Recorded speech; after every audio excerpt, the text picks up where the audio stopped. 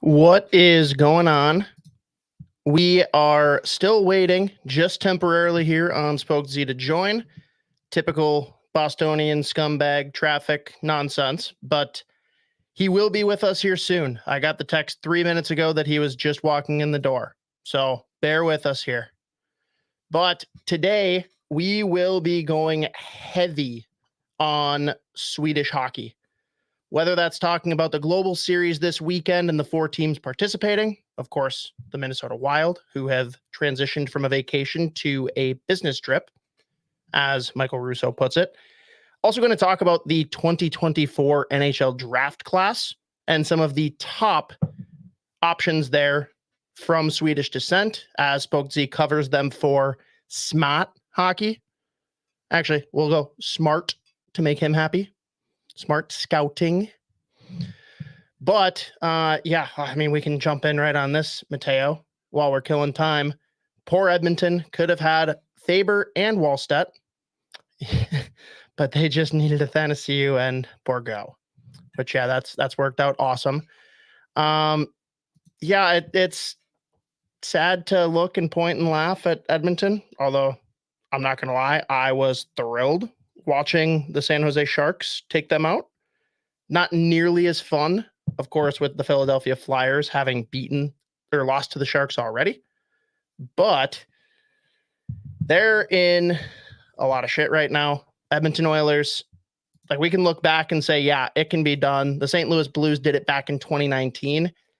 Definitely a different flavor to this one, mostly because I'm not seeing the real Connor McDavid. I don't know if he's hurt or if something's going wrong, but we're going to see. Oh, wait. I think we have him here. Oh, my goodness.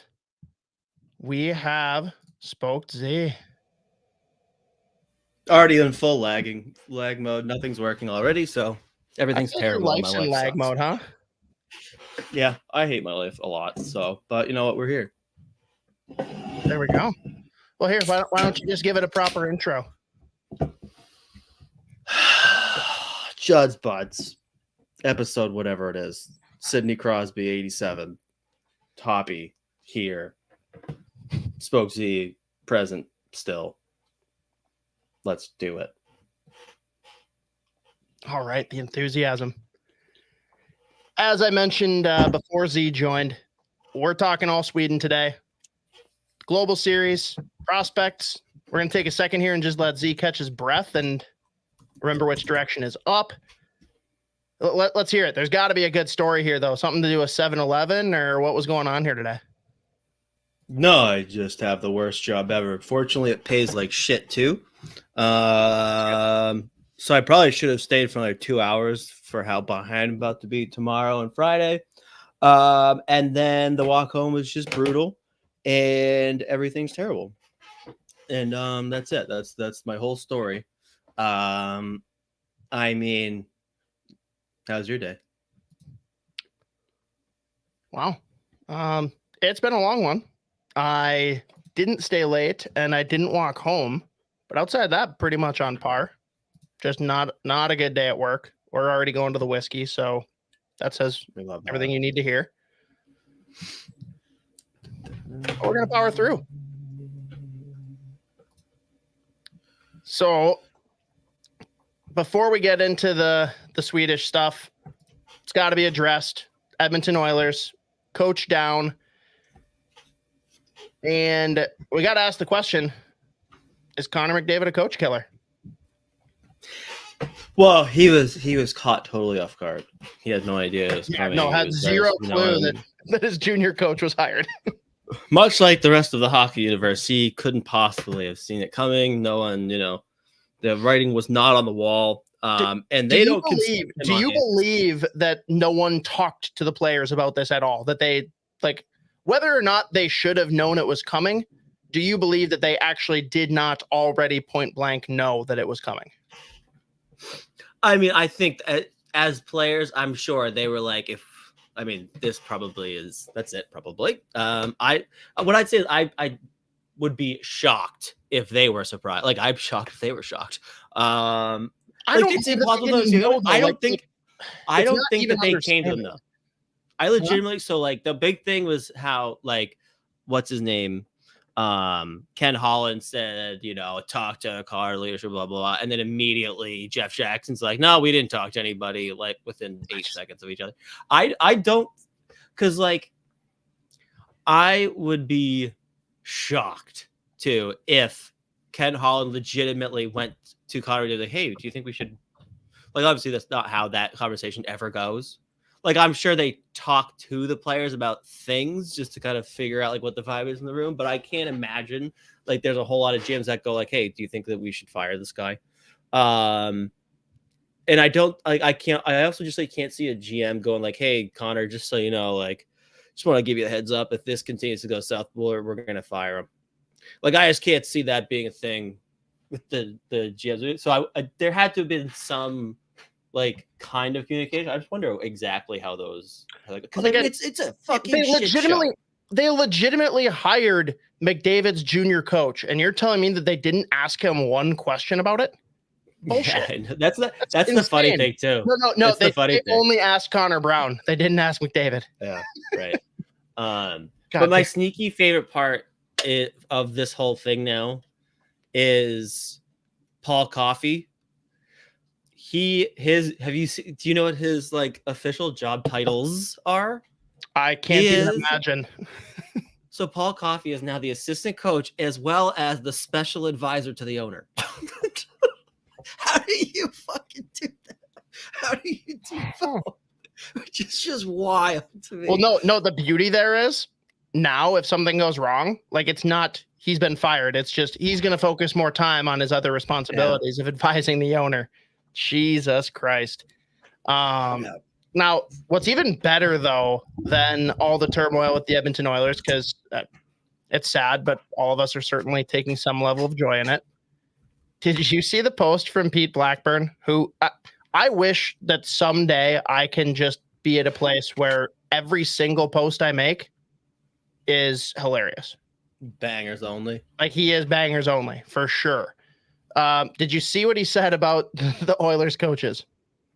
No. Connor McDavid and all of his coaches, if you look across them, every single one of them has some kind of male genitalia reference laid within it. It's like you can't make the shit up. And I'm just gonna pull up Pete's tweet right now because it's gonna be much better than me trying to remember all of them. But I know most of them you didn't have to do much thinking. Good podcasting here. Where the heck did it go? Yeah, I mean it's funny. You got like Woodcroft, Hitchcock, Knobloch now. Knobloch. I know there was another one. Why can't I think of it? Well, anyways, that was a great segment. God, why can't I think of the other one? I know there's more. Oh, yeah. But like all of them dirty. Yeah, that's really funny though.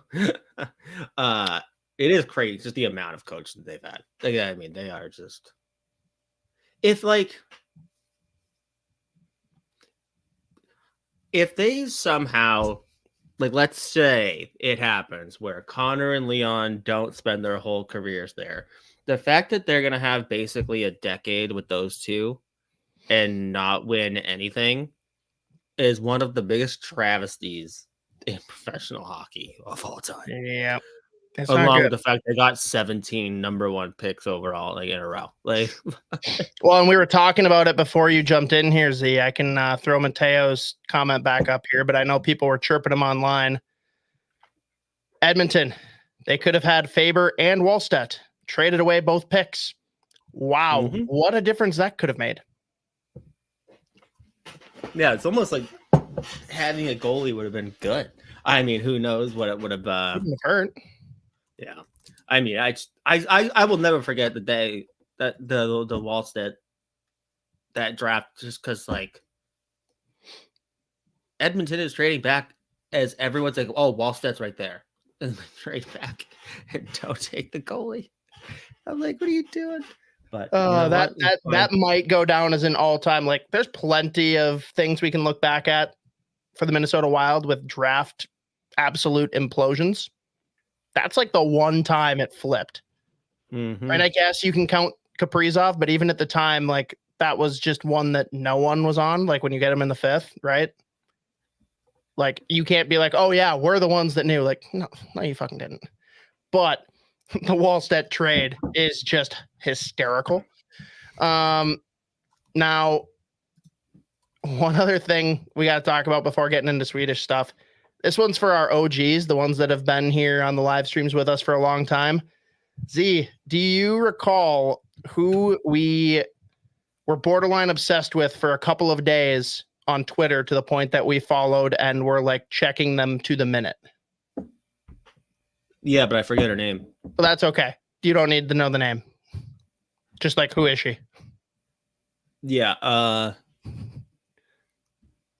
And then I forget his Zion thing. Yeah, Zion Williamson, his lady friend of an exotic nature who went scorched earth when he decided he was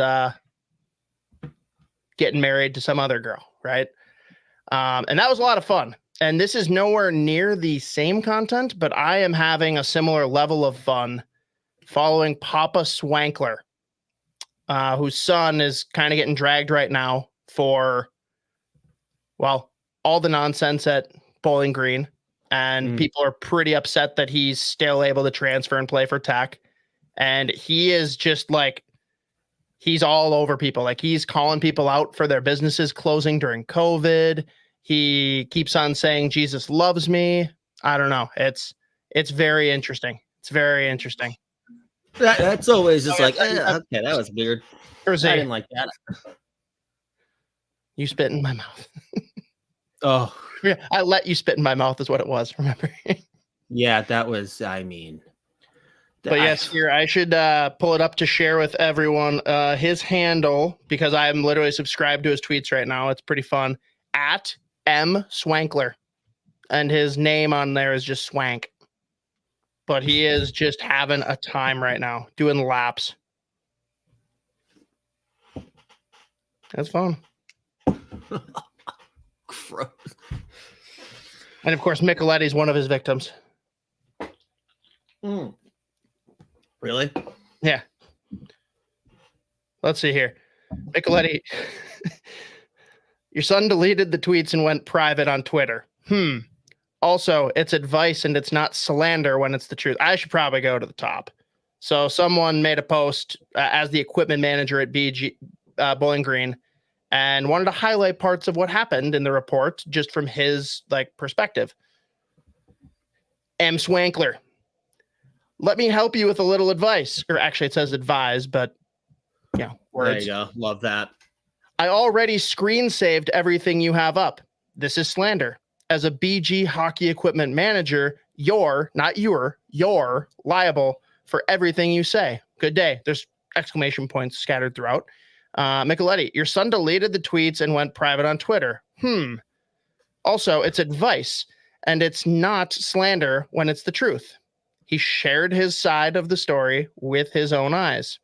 And then Swank Daddy, yes, my son, and a very proud father. People who live in glass houses shouldn't throw stones, Alex. Another troll. Big hockey in a little town cover-up. It's okay. And this goes on for quite a while. Yeah, no, I know, but I'm just demonstrating why I am subscribed right now to his tweets. It is delightful. Wow. That's a lot to take in. It's a time, but yeah. There's short-term tweet subscribes, second edition. Unreal, dude. And like, man, if I was still just not dying at work every day and just like, if I could, I mean, I could just like look at Twitter, I guess, but I am legitimately getting to work, sitting down, and then I just don't move basically all day. Man, like before it got out of control last year, it was so funny. Just every once in a while, just be like, all right, let's see what fucking absolute anarchy is going on. And oh my God, okay. But now, but here we are. See, Foul one knows. I like when he was trashing a guy for losing his business. Like, God damn. For Horror Docs, what a weird moment to join the stream. Yeah. This is hockey talk. This is what you get. Yeah. Like and subscribe, please. But yeah. So anyways, we can move right along here. Going with pretty much all Sweden here moving forward. We have the 2023 NHL Global Series Sweden, presented by Fastenal, starting on Thursday, the 16th at 1 p.m. Central, Detroit versus Ottawa. So those of you that are on the stream right now, it's tomorrow. Those of you listening to the podcast on Friday, it will be yesterday. It is going to happen yesterday. Yes. We got another 1 p.m. game Friday, Toronto versus Detroit. Saturday and Sunday for the Wild fans out there. Saturday is 10 a.m. Central against Ottawa, and Sunday is 7 a.m. Central against Toronto. Now, Z, maybe you already saw it on my notes here. I'm guessing you haven't even pulled up the document. Nope. Do you know what's really, really fun about how this is all laid out? What? Gary Bettman will die on the hill that all teams are treated equally. We'll forget. Oh, but Toronto gets both teams on back. Toronto gets both teams on back-to-backs, and Toronto is the away team for both games. Mm-hmm. They do not lose a home game. Yeah, they're not losing that gate, dude. They're not losing that gate. They don't have to play a single back-to-back, and they get both of their opponents coming off of a back-to-back. Absolute joke. You know they're going to lose both. I hope that would be so fun if they lose both. They lose both, but Nylander scores a hat trick in both. Yeah, that'll work. Yeah. My God, is he good at hockey? Jesus Christ. He is not bad at hockey. I never understand these. Like right in the middle, like this couldn't be a worse time to be like, let's just have these guys pack up their shit, go over to Sweden for a week, play some hockey, and come back. And like, I get do they need to grow the game in Sweden? Like, is that a place that just desperately needs like hockey to make it? It's always, I don't know. This whole thing to me is just like, it's just so weird. Like, I'm sure it's fun for like the Swedish guys, and like it's fun to go over there with the team, but at the same time, like I wonder if maybe the guys in Toronto, like, let's get the fuck out of here, even though they started playing last couple games are doing all right, but it's fair. But they get to get the fuck out of there for a little bit. But I don't know, man. These right, like 12 games in, 13 games in, it's like let's just have them, just go to another country, go to another continent, play a little more hockey, and then come back. Take a week off, play a couple games, take another week off, come back. Like that just is a really weird dynamic. And I think the team selections are kind of weird, man. Like, yeah. If you want to look at current roster, Wild are the only team that's like got a lot of Swedes on it, right? You look at the Red Wings, they just have Lucas Raymond. Senators, Anton Forsberg, Eric Brandstrom, Jacob Larson. Not really drawing anyone out. And then Toronto has Willie Nylander and stud John Klingberg. But like I get if they want to kind of do this based on historical, like who's had some of the best Swedes. Like you can look, Detroit Red Wings are an easy one. Senators, I mean, I guess that's a stretch for me. Same with Leafs, just because both of them have like one standout guy.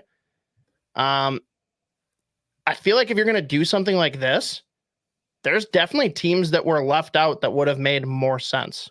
And like, there's an obvious one to me, but I don't know. Are there any for you that you think of that it's like, if I think Swedish hockey players, what team am I thinking of?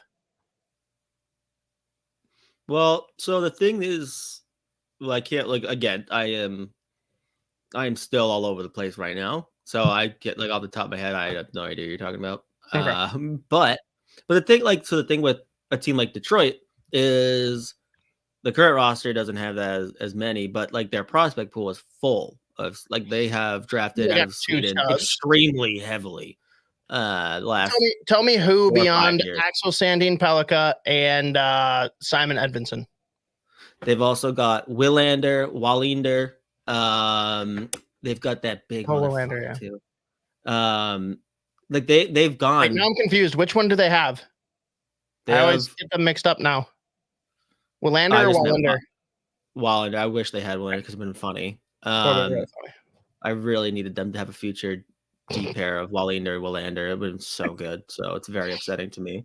They have a few more like defensemen over in Sweden. Like, so their prospect pool is full of Swedes. Like they've drafted out of Sweden very heavily. But like again, like you said, the current roster, it's like what would you say, 2? Like what? One or two? Just Lucas Raymond. So it's kind of fucking crazy. Kind of weird. Yeah. Like Ottawa doesn't have a deep pool and they don't have current players. They really just have Alfredsson as a guy to like wave their flag on. They also had Erik Karlsson, who's still playing in the league, and Mika Zibanejad, who's still playing in the league. Neither stayed. I don't know. They just seem weird to me where the Wild at least have a good amount of Swedes. They've got some good Swedes in the pipeline. The team to me that stands out, if you're going to go more off of like the vintage, right? Detroit Red Wings are easy. They got that one right. When you look at Nick Lidstrom, Henrik Zetterberg, Johan Franzen, Tomas Holmstrom, Nicholas Kronwall, like, yeah, okay. When they were winning cups, they had a lot of Swedes. I get it. The one that stands out to me,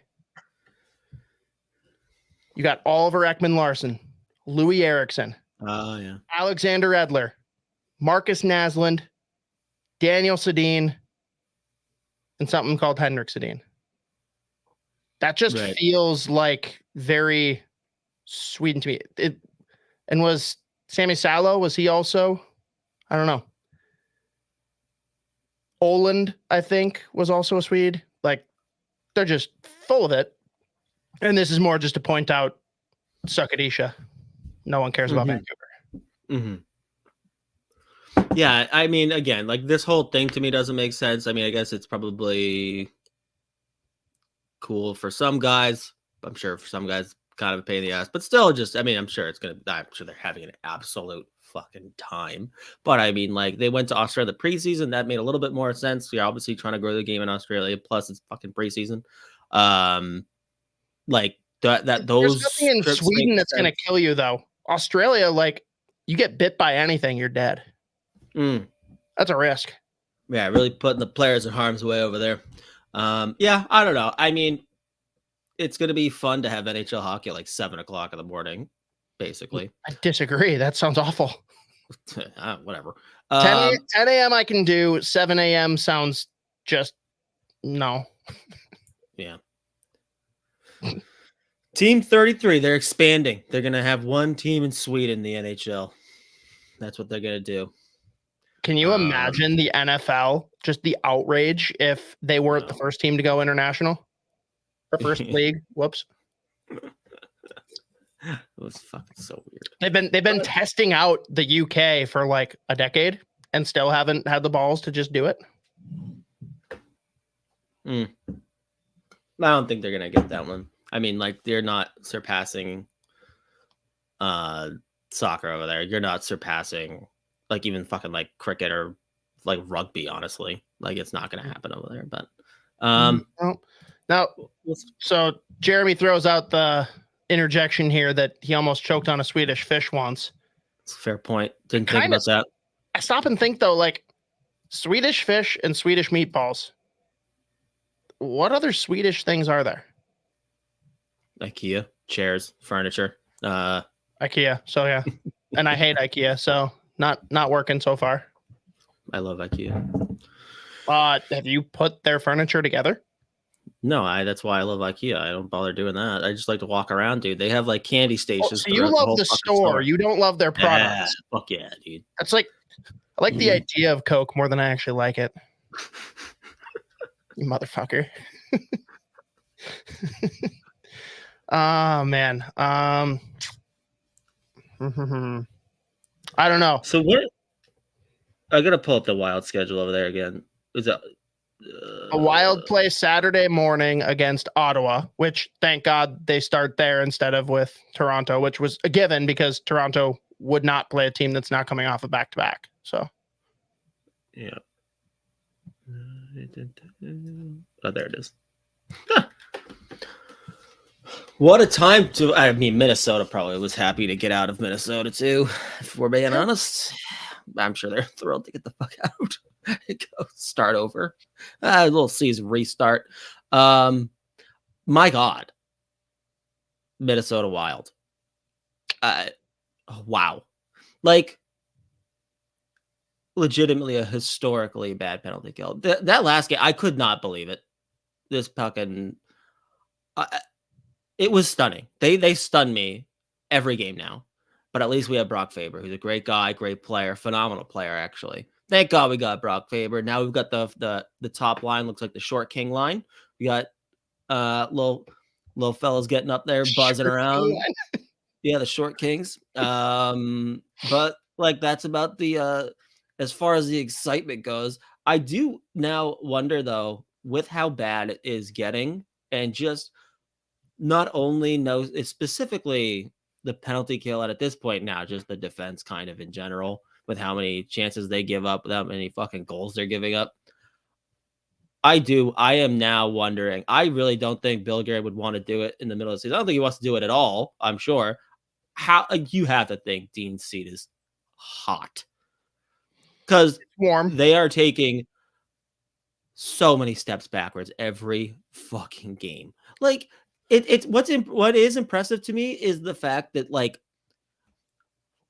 they're finding new ways to be defensively heinous every game. Is unbelievable. Like it's so bad.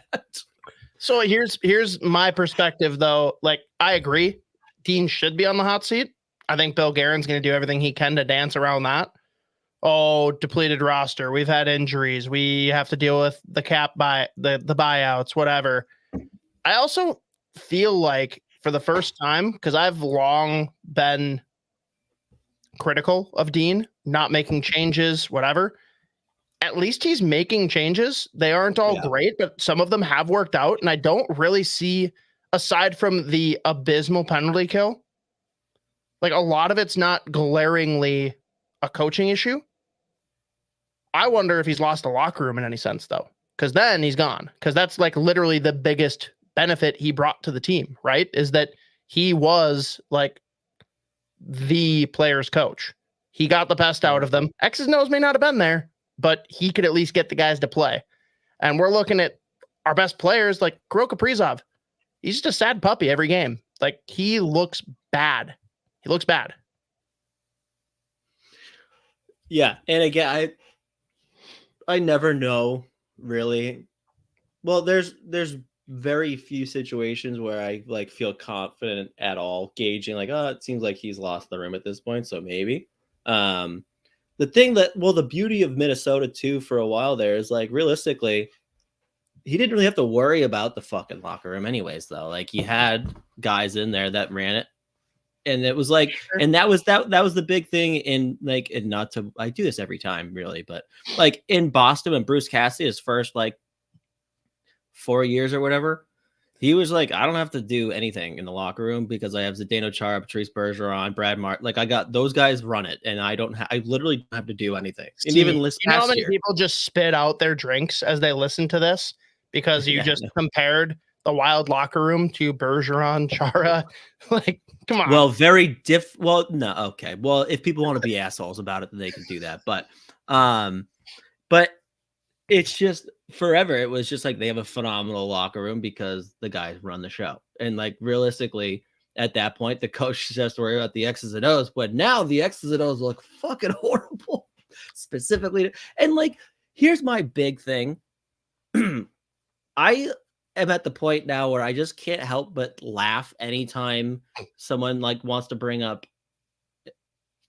an assistant coach not knowing how to run the penalty kill. At this point now, with how bad it is, bro, just don't like keep the fucking puck out of the net. That's the thing. That's where I'm at with it now. It's like it doesn't even like, oh, what are you gonna change the fucking strategy? Like, well, no, but see, I am one that's super skeptical. Like, oh, that's assigned to an assistant. Like, that's the easiest scapegoat for Billy to be like, oh, it's not Dean's fault. Not Dean's fault. Right. And yeah. And again, it's like, as I said, you're saying, like, you got to think that the seat's hot or, like you said, warm at this point. At the same time, I'm sitting there like, if you're a coach, like, at what point are you just like, bro, just fucking, I don't know, do a job at all? Like, what are they, 60% on the penalty kill at this point? Yeah, that's bad. That's insane. Like, no, if you are just letting in goals and I mean, what was it, 2 shorthanded goals against 2? And 5 power play goals? Like, yep. At some point, if you're a player and you're killing a penalty, like, bro, like, there's not really a whole lot of coach that has to go into this. I feel like at that point, so maybe I'm just. But okay, it's so stunning that I have every possibility just running through my head. It's like, how the fuck does the puck just end up in the net every single fucking time they go to PK? I mean, I'm outspoken against Dean, right? Like I have long had my issues with him. But when you look at the team, right, break it down, remove the first line, which is obviously critical, right? And until late, like they've looked okay since the shuffle, but generally speaking, the second line was going regardless of who was on it, even when Pat Maroon was moved up there to fill the Boldy spot. Third line has been going most of the year. Fourth line, yeah, there's been of late some stupid plays by the Dewey twins, but like by and large, they're playing good. If Kirill Kaprizov and Matt Zuccarello were playing good to start the season, we're not in the hole that we're currently in. And yes, maybe you can blame coaching to an extent, but like at a certain point, you got to point at your stars and expect them to be fucking stars, right? Right. And yes, the penalty kill doesn't get saved by that. There's definitely been blunders on the blue line, but if you can score more goals or at least have more offensive possession and get something out of your top group, it's still different. That's the only argument I'll throw out in Dean's benefit is that Kaprizov playing like shit is not a matter of Dean Evison being a good coach, because Kaprizov being incredible was not a matter of Dean Evison being a good coach, right? I just think it's like that and goaltending. I'm sorry, like goaltending has been bad this year. And we just saw that's why Woodcroft got fired. I think most people would say Woodcroft should still have a job with the Edmonton Oilers. He is a scapegoat because goaltending was brutal. Do you know how many games they let up 18 or less shots? It's a lot. And they are still losing these games. Like, come on. So I think that Dean should have been on the hot seat going into the summer. I'm not saying that he doesn't have his faults, but he's not the difference between your stars performing. That's my opinion. Right. Yeah. And he's in shambles right now though, because he is like legitimately growing the mullet back out. You can see whenever he turns his head on the bench, like there's a little fluff back there and it's just going. Last year, he was always clean cut. Something's wrong. Yeah. Yeah. I guess it's in, when I look at the coaching too, as like, how is like he has to be at this one. It's the stuff like the fact that you score that goal to make it 2-1 against Dallas the other night within 30 seconds, 3-1, like immediately. And it's like, that's the shit where it's like, okay, at the very least, sometimes you have to look at like a coach and say, how the fuck are you guys just not ready to rock? Like, I mean, like at some point, But to what extent is it on the players for that? Like, yes, I'm Well, not of course saying the it is, coach is not blamed for it, but like, fuck, dude, you shouldn't need a good coach to not fucking blow that shit 30 seconds after you score. Like, someone make a fucking play, just one. someone make just like a single. That's how I coach. That's Darby me behind the has bench. never felt better. Darby Hendrickson, he is like, oh my god, my stomach. Oh, it's delightful. Yeah, he can feel his arm. It's weird. He's like not wearing a bulletproof vest on the bench now. He's going up to Monix. Yeah, punching the jejunum. Yeah, exactly. Oh. Yeah, I mean, I'm at the point now they just stun me every game now, and I think I said this last week too. Like, this has to be the first season in a very long time where, like, in years past, if the offense wasn't going, or like the years it was like guys like, I don't know, Kaprizov, Fiala, at one point Parise, like if they were the only guys going offensively, at the very least, that defense had always been a top 8D in the league, and they'd always have average to solid goaltending in terms of just like, so they were always at least in games. Yeah, no, for sure. And yes, goaltending. I think goaltending and Kaprizov pretty much sums up what's happening, plus injuries, right? Yeah. Like, and that's not to excuse what's happened, because we still need to see more. But like, it's pretty sad that you can point and just say, yep, better goaltending and our all-star playing well. That's enough to not have us panicking. But I don't know. It's interesting. So looking at the blue line, though, because I mean, all intents and purposes, they are healthy now, right? Like, we've kind of decided we want Mermison over Marilyn Goligoski. Yep. And we want whatever this Zach Bogosian creature in as part of the unit as well. How much runway are we giving Jared Spurgeon? Like, he still hasn't looked great since being back. It's been a few games and he's missed the entire start of the season. So like, I am not saying I expect him to be great right away. How long before it's a concern? He's a guy that I look at right now. Obviously, over the past, I mean, since he's been in Minnesota, he's been an undercover elite defensive player, like defenseman that would put up decent off whatever. He did everything. Yeah. I think obviously coming back from injury is always tough, but you add in the fact that he is legitimately stepping back into a lineup that appears to be a complete and utter tire fire on the back end. I can't imagine it's exactly the best environment to step back into from it after missing like 10 games or whatever. So I don't even really, I can't possibly like have his slow start really even like, I can't think, I'm not like, oh, how much runway am I willing to give? Because he is like, I don't even, at this point, he has to do legitimately everything. If like he really, I don't know, man. Like thing for me, man. Like I watched multiple goals so far where it's like he just didn't even like make the effort to do something. Like one of those power play goals against Dallas, like the puck's kind of fluttering there in the crease. He is right there, and he could have gotten a stick or a body on Pavelski before scoring, and he just kind of like fluttered his stick and just kind of let it go. That's the kind of shit that bothers me. Yeah. You know, like, because I agree. He came back into a bad team, but I would think as the captain coming back into that kind of environment, you're at least going to like put the effort forth. That's right. Good. And again, the only reason I even bring up the fact that he's stepping back into this fucking dumpster fire, tire fire, whatever you want to call it, any fire, really, any bad. We should rate fires. Ones. Yeah, that'll be a whole episode. It's just like the fact that I'm sure at this point he is, and I mean anyone really, but Spurgeon in his situation, like he's stepping back in from injury, as they need to do legitimately everything better on the defensive end. Where like I feel like sometimes you and this probably goes for all 6 defensemen on the ice, or well in the lineup. Obviously they're not all on the ice. I bet they're trying to do like a million things, or there's a million things going through their mind at the same time, where it's just like sometimes they have to slow down and just be like, hey, what's the plan to make right now? Like, just fucking, I don't know. Get the fucking puck out of the zone and get off the ice. That's fine. I don't know. Spurgeon's like, honestly, probably when I'm looking at their defensive problems right now, just given the fact that he had that injury to start the year, he's like, I can't possibly even expect him to be remotely close to what he's been in the past. Just stepping into what he's stepping into, the fact that he's like, because I mean, how many seasons has he ever like missed the first 10 games? I don't even remember, because like he's been hurt before.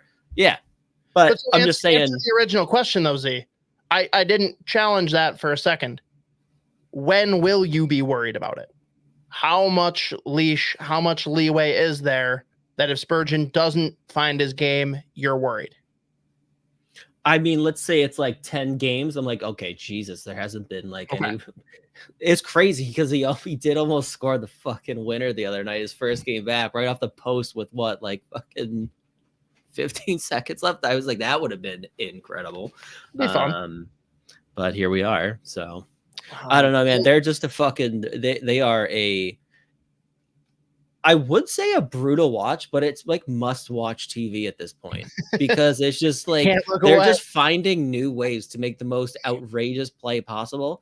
And it's like, I bet this puck ends up in someone's net, probably Minnesota's, and it does like 90% of the time. The fact that they're clicking at 60% in the penalty kill is unfucking believable. Like, it's almost harder. It's almost harder too than just have like a league average. It's crazy. But you know what, Brock Faber. Woo. Hey, Brock Faber, yeah.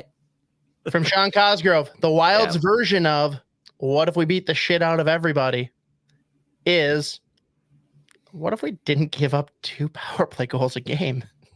Yeah. You know, it's got to start somewhere. So I like Mateo, though. This is a wildfire. Well played, brother. Hey, fun. All right. 2 last Wild topics before we start to transition a little bit more into the prospect angle for Sweden. We were saying it as a joke before, but for real, as I look, and we've got 24 live viewers right now, was Matt Dumba what made Jonas Brodin go? Like, what the hell?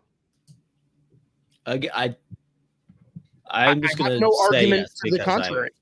No, I can't argue. It really is just like, it's one of those things where it's just like, when it rains, it pours. And this is like the next level of that, where it's just like, hey, is anything that possibly could go wrong? Is that going to go wrong? Yes, it is. Are some of the best players that you've always had forever, the most consistent players that you've had since day one, are they going to just like turn into shells of themselves at the moment? Yes, they probably are.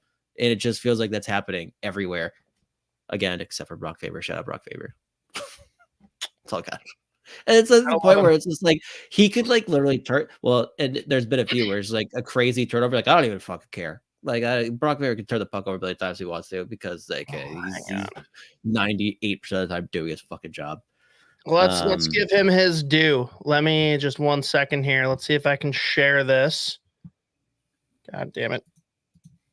I hate the sharing stuff on goddamn StreamYard. Yeah. All right. Here we are. Yeah, unbelievable. Jay Fresh threw it up. What more could you really ask for from a rookie defenseman playing top pairing minutes? Guy is beyond producing. What more could you ask for? Again, if you love Kevin Fiala, I completely understand being sad that he's gone. Me personally, not only do I think that the trade is ridiculously lopsided in the Wild's favor, given that we have Brock Faber alone, then you factor in that we got an incredible draft pick on top of that. It's also better for me that Kevin Fiala is not in town, because my wife was absolutely in love with him. So that, I got personal reasons. Yeah. I mean, sometimes you gotta get selfish. Yeah. But the other piece here, Z, 3 goalies in Sweden right now for the Minnesota Wild. We've got the legend, the surefire first ballot Hall of Famer, Marc-Andre Fleury. We have Philip Gustafson, whether you call him Gus Bus or Phil Bustafson, we don't know yet. Oh my God. Whatever gif you want to throw in from Billy Madison is certainly applicable. Then we got Jesper Wallstedt. Who do you want to see play against Ottawa, and who do you want to see play against Toronto? I'm at the point. I mean, I just you brought him over there. Throw him in there. Throw him in there for a game. Like, he is once again, by the way, doing his absolute thing in Iowa, where like they the start of this season, they were looking subpar. And like, I mean, bad, but he has not skipped a beat. He stepped in and really kind of saved their ass a few games, and then all of a sudden they started winning again, and he is back all the way on his bullshit. I think he's like a 930 something, maybe a 940 in the AHL right now. He's like, I think he's 6-2 or whatever. 2 more shutouts this year. Like, this kid is unfucking believable. Sean Cosgrove, I thought he couldn't play unless someone was injured for cap reasons. Do we just immediately assume that, like, is Dean just gonna like shatter one of John Merrill's kneecaps, or he's gonna he's gonna punch Darby really hard and say, he's on IR, does this count? And they're gonna say, yeah, sure, that works. And then Wallstedt's gonna step in and shut out immediately. First off, Darby is well conditioned. He is not going on the IR for taking a shot from Dean. If we've seen anything, it's that. Yeah. Who was in the scenario that he can play? Which guy are you not playing? Are you sitting the Hall of Famer, or are you sitting the Swede? I think with how it's going, it doesn't really fucking matter. But the fact that they're in Sweden, I'm sure that would go like, you play both Swedes if that is to happen. I guess again, these cap rules are fucking so goddamn brutal. I hate having to like factor this into like, hey, can they even play this guy? Can this guy technically be on their active roster? Like, it drives me fucking crazy because it just takes away all the fun in like throwing these scenarios out there. So I'm gonna pretend the cap doesn't exist, and I would love to see him just get a game. Because we'll continue swooning on him. Go. I mean, he's now like, this start that he's on, like, this is by far, well, not even by far, because he lit it up both years he's been in Iowa. He lit up last year, I mean. Fun fact, he made 999 saves last year. He was 1 away from 1,000 save. But he is playing the best hockey I've seen him play in, because like, even when like his draft year or the year after he got drafted in Sweden, he'd have a game where he's up and down or whatever. Like, right now he's had one bad game where they got fucking shelled. But he is locked in. And again, like, he has saved their ass on so many fucking occasions. Like, the timeline really is at this point working out perfectly well. Like, obviously you would like to, would have been better if one of Fleury or Gustafson was at least keeping their head above water at this point. But again, we said this, he got drafted, and I said 2 years, 3 years, whatever, and I think he'll be ready to go. Like, I'm at the point now where, like, let's say this continues with Fleury and Gustafson, depending on the salary cap. Like, I think that they would be comfortable if they needed to call him up for a short spell. I could see that happening, and then honestly him keeping a spot, because just like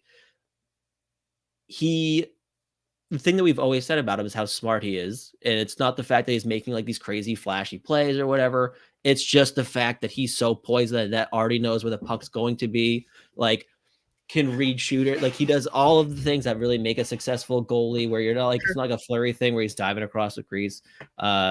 This year, not making the saves, but when he was like doing that shit. But I could see that happening depending on the cap. Well, so here's my question though, Z, because I agree with all of that. Like, he is a goalie that sees the game right. He's going to be in the right position. He's not making these crazy athletic saves. I'm okay with him getting like a few games. Do you worry about him, current state of the Minnesota Wild, playing long-term behind this brutal defensive scheme? Like, yeah, I would. Yeah, and I would say that about any and crush his confidence. Right. Yeah, of course. But at the same time, I also look at it too, like he's had a lot of the same issues in Iowa. Fortunately, they're playing AHL teams, so it's obviously different. Yeah, different. Yeah, of course it is. But I'm saying, he's saying I would be less worried about a goaltender like Jesper Wallstedt who plays the way that he plays. Because I mean, even dating back to when he was playing in Europe, that fucking Luleå team that he was on was absolutely fucking brutal defensively. Pretty much everywhere he's gone, he has just had issues in front of him.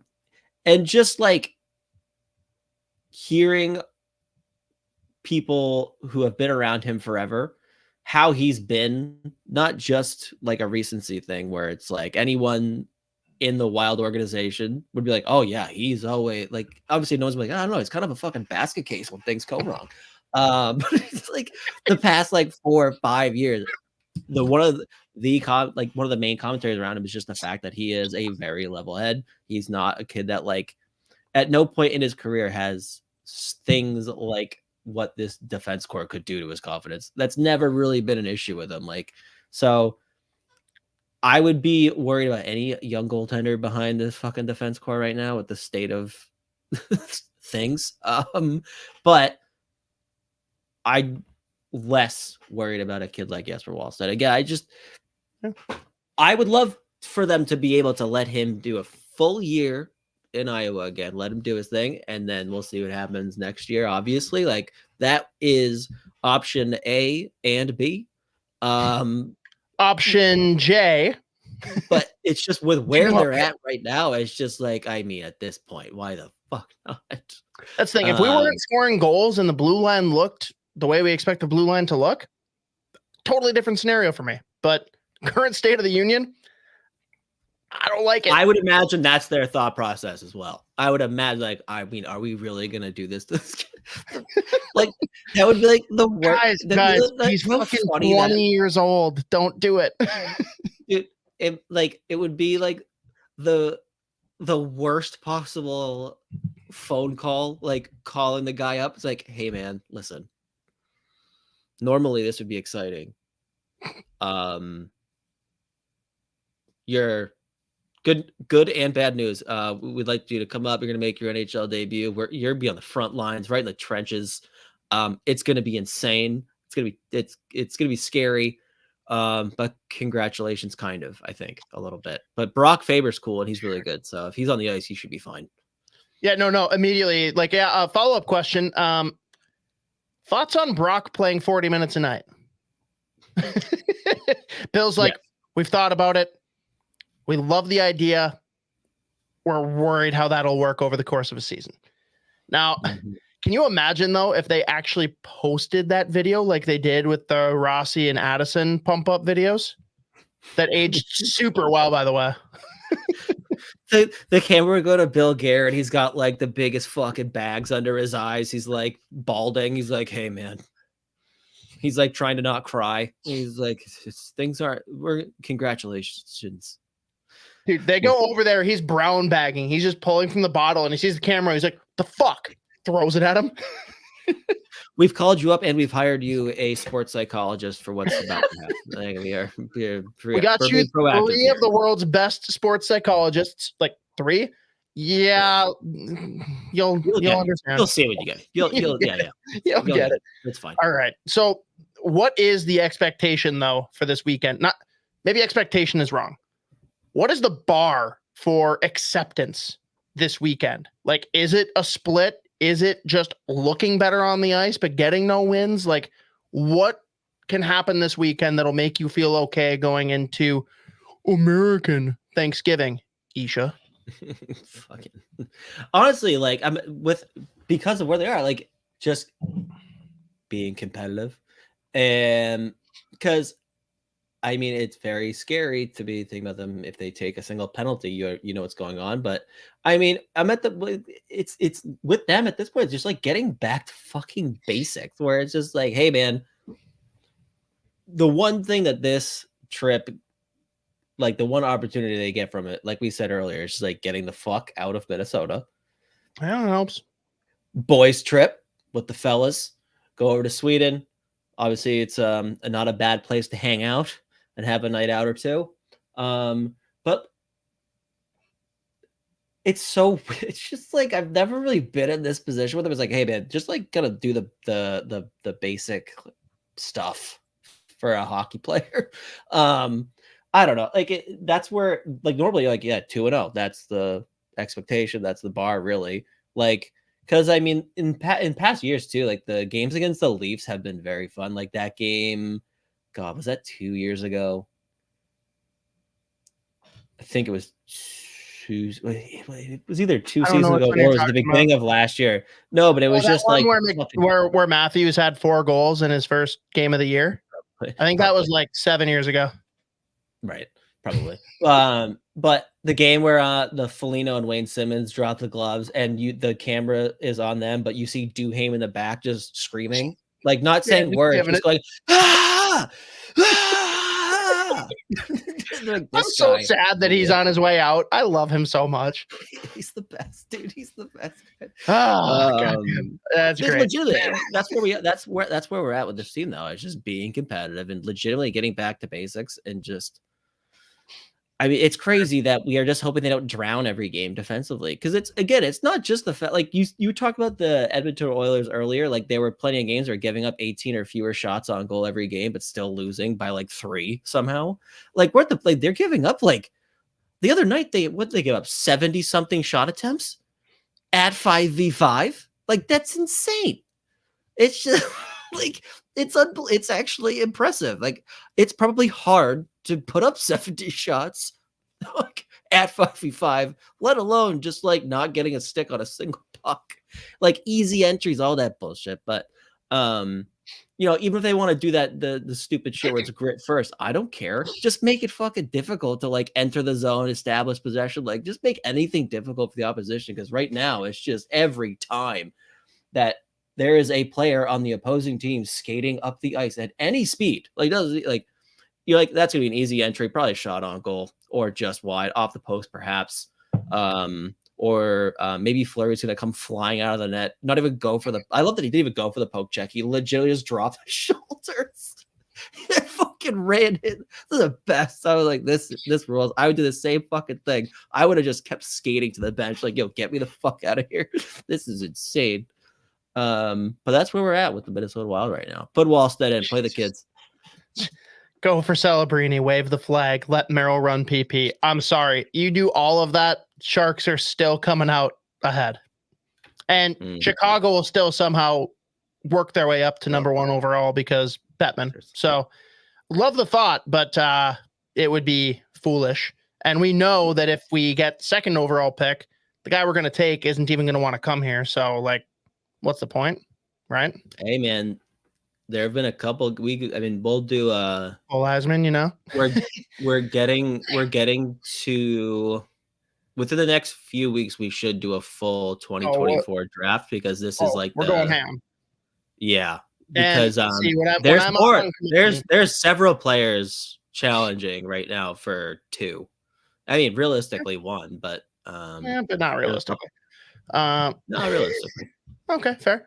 Well, no, and. Come my holiday season hiatus in December, you and Isha are probably going to go just berserk on World Junior everything. So that alone will probably cover a majority of what we need for the 2024 NHL draft. But last thing before we get into some of the top Swedes for this year's draft, gotta give a spotlight to the last, because we already went off on Wallstedt, obviously. The other Swede we have in the system, Liam Ohgren. People seem to forget, right? Part of the Fiala trade. He hasn't played this year much because of the injury. Z, I'm going to have you speak on him here in a second, but everyone that's listening right now on the live stream, tomorrow, Thursday, Joe Smith's dropping an article. He just sat down with Liam Ohgren. They talked about the injury and his recovery process. They talked about his plans for next summer. Like, is he going to play pro here? Is he going to stay over there? They even get into his role model for, Swedes that kind of led and paved his way for how he likes to play in the NHL. Z, quick, 30 to 60 seconds on just why everyone needs to make sure that they do not forget the name Liam Ohgren. Well, I mean, you could point to anything he did last season. Again, he came in the last season as well, injured after that stupid ass fucking Summer World Juniors thing. And it was another thing where it went kind of under the radar at first, missed preseason in Sweden, all that. And then he had a slow start, scored 1 goal, and then all of a sudden just did not look back. Ended up top 5 on that team in every statistical category in terms of offense. And not just doing what he did at the J20 level, the U20 level in Sweden, his draft year, where he was scoring at will as just a pure sniper. He's really come around with the playmaking, even stuff like how he's even just the route on the forecheck last year came along. Everything really kind of rounded out in terms of just the all around game. And the thing I love about him too is, more so than just the playmaking. I'm trying to think how to actually fucking word it, but it has been a long day for you. I literally my brain's fried. But I mean, you're talking about a kid too who's still growing, and he's getting stronger. Where the point, there were times last year where it's hey, do you know that you're 6'2", 210 pounds? You're just getting nudged off box, or he'd go into forechecks and just it wasn't even a reverse, and he was bouncing off guys. But just even the little details of the game came so far in his for him last year. So I mean, I think once he really got hot, everyone's oh yeah, we drafted Liam Ohgren, and he is kind of eviscerating the Allsvenskan right now. Then he looked pretty good. Obviously the line didn't really do a whole lot, but the World Juniors, his actual play was solid. But he's such a fucking good all-around player. I think planning out his NHL career, he just looks like middle to top 6 elite scoring guy that can give you solid play on both sides of the puck. So definitely one of the better guys in a ridiculous prospect pool. So he's just I'm so glad that he is trending towards returning to that lineup and finally playing in the SHL shortly here. I think they were talking about how he was close to making his debut. I think because they have the Champions League over there this week. I think he was close to making his season debut over there yesterday, but it didn't happen. But next few days here, I believe that's what I feel that's what I remember reading. But he's finally about to be back, and I am very excited to watch him play hockey again because he's such a good fucking hockey player. We are back. So everyone, again, if you have an athletic subscription, make sure you're checking out Joe Smith's article. If you're on the stream here tomorrow, Thursday, if you are listening on podcast, you can look forward to that dropping yesterday. I know that's your favorite thing now, Z, that we've kind of done with the time travel nonsense. But I guess we're going to pivot here then to the 2024 draft prospects here for Sweden. I know we got a list of a handful here. I know I threw a link on our document of, all of the top ones from elite prospects, but I'll let you lead this off. Where do you want to start? Who's the guy that you feel needs the most spotlight right now? Well, I mean, again, we've talked about this every time we've brought up the 24. This is by far the weakest crop out of Sweden in terms of top guys. It's funny because the region I cover is Sweden for the draft, but the top guy over there, and probably at this point, the only guy that's going to go in the first round, and will go very high, isn't even Swedish. Just happened to be playing junior hockey in Sweden. Michael Brandsegg Nygaard, legitimately elite in essentially every area of the game, but he's not Swedish. So I don't even know if we want to really spend a whole lot of time talking about him in the Swedish section here. I'm okay with you talking about him. Screw it, dude. Can't have too many prospects. He is just so goddamn good. Like, he's big, skates well. He has a ridiculous shot. It's dynamic. He can like the one-timer, or he can just fucking rifle it. Shoots off both feet, off 1 foot, doesn't matter. Like so he should be scoring more goals. Like, he plays in the Allsvenskan right now for Mora, and he did last year as a double underager, which is crazy. And looked more than like he fit in playing pro over there. But he's a kid that you can see him filling a role in any part of the lineup. So whether it's like a middle six, hey, like PK guy with that flashes offense, yep, you could see him do that. Top six scorer that gives you play both sides of the puck. He's an elite forechecker too. Like, he kind of just like checks off every box in terms of like a well-rounded player with a legit crazy high ceiling. And it's funny, whenever he goes back down to play juniors in Sweden, like almost every game, it's like, all right, 3-4 points, like easy. So we're just gonna say he's my draft son at this point, because he's all I got over there in Sweden. But the rest of the crop, it's like a bunch of guys that I think are like, they're legit, they're good hockey players. I think they'll go second, third round and will have long NHL careers. But it's just a very weird year for Sweden. Like, because I watched them play, and they're very good, but they're just not. It's the top end that's just not there. But there's plenty of guys that could flirt with honorable mention first round, but probably still going second round. Like, plenty of defensemen. So like the Five Nations tournament happened last week, and Team Sweden put together quite a tournament for themselves, dude. Like, they went down 5-0 against USA after 2 periods, scored quickly in the third. Then USA made it 6-1, and Team Sweden scored 5 straight goals and won in a shootout.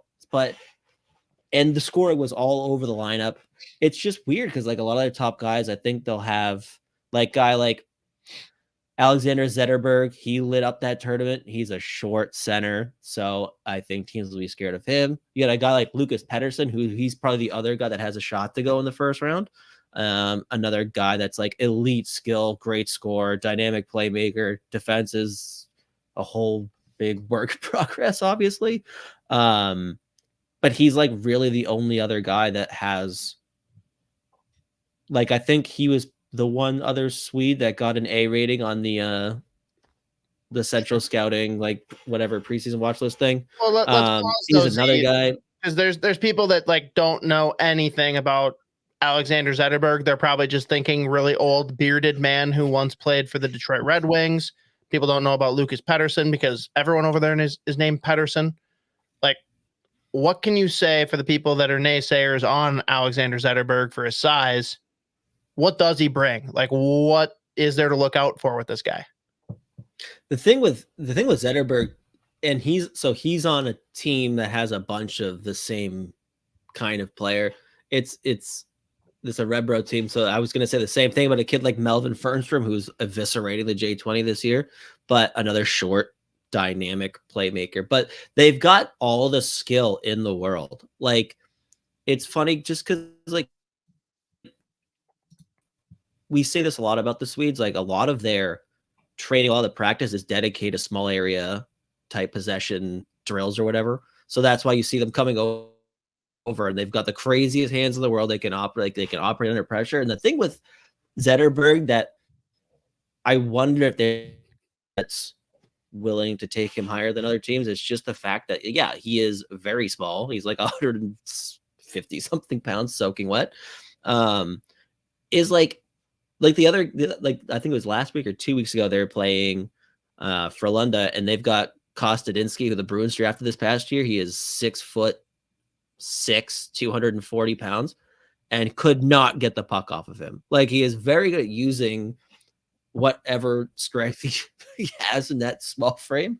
But like, he's so smart. He's able to like create space for himself, create passing lanes, and like he is one of the best passers in Sweden. So like those are the guys I look at, and I see teams that will take shots on those guys because of how smart they are and the fact that they've been able to get to where they are now despite that small size. Like they know exactly what kind of player they are and what they have to do to create those advantages for themselves or whatever. But it's just the fact that he's got the skill, dynamic, elite passer. He can score too. But despite his small frame, he's still able to like go up against a guy like Kostadinsky, who is a fucking mutant. And really like that not name. back down, not shy away. Yeah, Christian Kostadinsky. Yeah, it's phenomenal. He was very funny to watch at Dev Camp. But like that whole team, Arebro, they have guys exactly like that, like him, Melvin Fernstrom.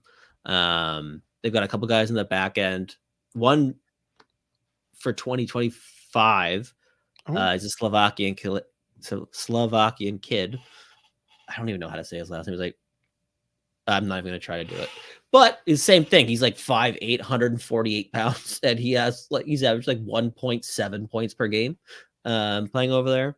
But it's the same thing. It's just they're so every Swede over there, they're just so smart with how they coach, the drills they do in practice.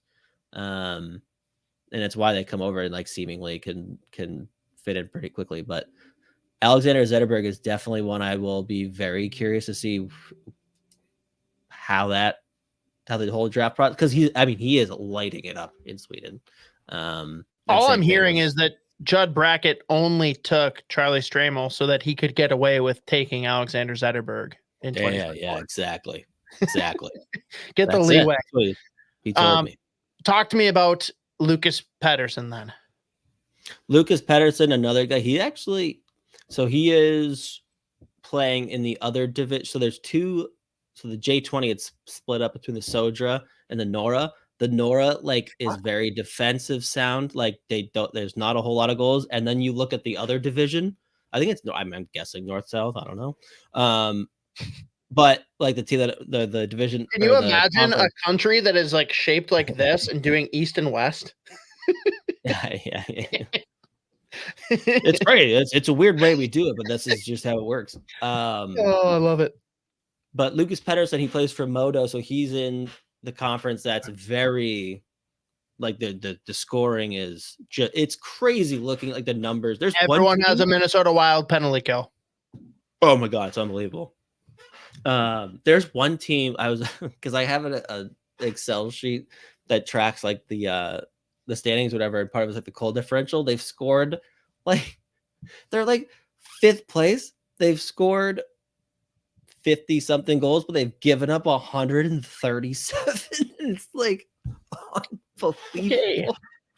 Yeah, no, that's the tough thing. But kind of like Ovechkin putting up 100 points in a season and still being like a dash 40. Yeah. But so Lucas Pettersson plays in the division where there's not a whole lot of scoring. But the thing with him is, you want to talk about like dynamic offense. He's an elite playmaker, but he has this ability to just like hit this speed burst too, where he can create advantages for himself. He had an assist on the sickest fake lacrosse goal I've ever seen. It was unbelievable. Michigan goal, or whatever people get offended when you call it one or the other. People here don't acknowledge Michigan. Exactly. So that's why I said lacrosse. He had an assist on that one, which was nasty. But dynamic playmaker. He actually isn't. He's not. He's 6'1". That's what I was trying to think of a creative way. I feel like, hey, don't worry, he's not 4'11". No, he is 7 feet tall because he is taller than 6 feet. We've discussed this. Exactly. I don't know why you get confused every time. Yeah, I was just trying to think of a new way to say it. Taller than 6 feet. He plays hard. Yeah, exactly. It's the same thing. Same thing. Same guy. Same ilk. But another guy, he's dynamic playmaker. He's pretty much been a captain on every team he's been on too. So a lot of times he's captain for Team Sweden, whatever event they're at. The offense is there again this year, playing on a pretty average team. but he's just got a whole lot of elements to his offense. He's pretty unpredictable, but I just love his ability to create separation at speed burst, which just adds to the arsenal just in terms of an unpredictable offensive weapon. And the defense is coming along too. But I think he's a guy that I look at in terms of the Swedes, where it's like, hey, if there's one guy that you could actually hit a pretty big home run on in terms of not a guy that's probably going to go first round, but one that you could look at in years later in almost oh shit, David Krejci was a second or third, second round pick. Oh, that's crazy. Patrice Bergeron. I'm not going to say Patrice Bergeron again. Thought about it. Didn't really want to fucking kill everyone again. But I think Pettersson is. I really, really, really like his game. And again, he's probably not going to go first round, but he's the one guy that he could go off and then sneak in. Sure. But I think someone's going to be very happy taking him end of the second round. Middle to end of the second round. Highly hyped joke over your head. Yeah. Because he's very good. He's very fun to watch. Just but it's funny. It's that's so many of the guys in this Sweden class. It's just yeah. Because I spend so much time watching just the Swedish, the J20, and I'm like, wow, these guys are fucking unbelievable. And then I go watching WHL, oh fuck, okay, I forgot. All right, never mind. Maybe they're not gonna go first round. But yeah, so okay. But Pettersson's definitely one that I'm going to be very interested tracking how much love he gets throughout this season, just because he is the guy that has a chance to really sneak up. That's fair. The other guy you've mentioned a couple times already, before we get into some of the old reliables, we've got Melvin Fernstrom. What can you tell me about him? I think he might be leading that conference in scoring at this point. I mean, every game he has the puck the whole fucking time. So phenomenal skater, insane skill. He can pass. He's got a great shot. He kind of just, in terms of just pure offense, he's got a whole lot going on. Another guy that's super unpredictable. Again, it's tough with that team specifically because they have so many offensive weapons in a conference that loves to just give up goals at will. So this is a team that will win a whole lot of games 8-4. So then you have to figure out at that point, all right, how much of this is transferable? How much of this is legit? But he's a highlight reel player. He is so fun to watch. And I just love the skating, having that base layer is phenomenal, but the speed, the skill, and the scoring, it's just the offensive IQ makes him very intriguing. I think he'll go, he's a mid-round guy probably. But I mean, if he keeps playing the way he's playing, I'm sure he's another guy that could definitely climb a whole lot of rankings. But I just given how weird this Swedish class is, I do think he's a guy that you're looking at third, fourth, fifth round. But in terms of pure ceiling, he's a all ceiling guy. The floor, probably pretty scary, but those are the guys that you take in the middle to late rounds, and you're like, we could have a phenomenal hockey player here. What happens? So it goes, but he's very fun to watch. I think he was at one point over 2 points a game, just lighting up the score sheet. But it's just that league specifically, it's just you have to take it with a grain of salt. But just another very fun player. Okay. Well, the next two are guys that we've talked about, but I mean, shit, it's been a couple months since we've even talked about 2024 eligibles. And these guys are both in my early front running for NHL Draft All Name Team. Mm-hmm. We will start with Leo Saline Wallenius. God damn, that's a great name. Oh, yeah, phenomenal name. Talk to me. Yeah. So this will probably be, in terms of the Swedish defenseman, at this point, I would probably put him firmly in the lead to go first in terms of the Swedish D. He's got decent size, phenomenal skater. like another guy where so much of his defensive prowess just comes from his ability to kill plays, like rush defense, just like eliminating scoring chances before they even develop. But like on the offensive side too, my God, can he walk a blue line? Phenomenal passer. Like he's very fun.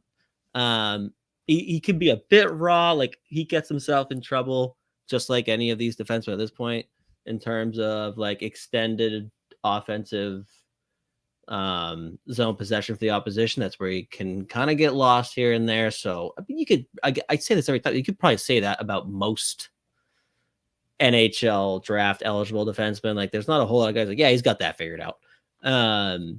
So like, you know, he has his games where you're like, Jesus, he's all over the place. But the raw, like the foundational tools to me make him such an intriguing defensive prospect for like, I don't know, probably late second, early third, mid third, or in that region there. Like I think he's not even flirting with first round in your mind. No, probably no. Okay. I don't think so. At this point, no. Like none of this defensemen in Sweden would probably be even thought of. Like we got no axles. Like, no axles. I think the guy that you're about to say next is in the same category too, just with more size.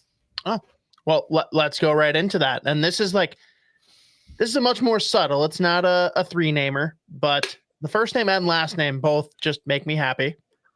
We've got Alphonse Frisch. Yeah. Same thing, but a little bit of size. He plays a little bit more nasty. And the fun thing too is they play on the same team in Sweden. So like there's a whole lot of time on the ice together, which is very fun. A whole lot of all name action going on.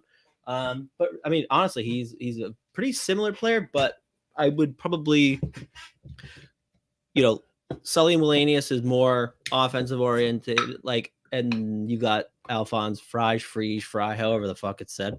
Couldn't tell you. Yes. He's got probably more going on with in terms of like the defensive side of the game.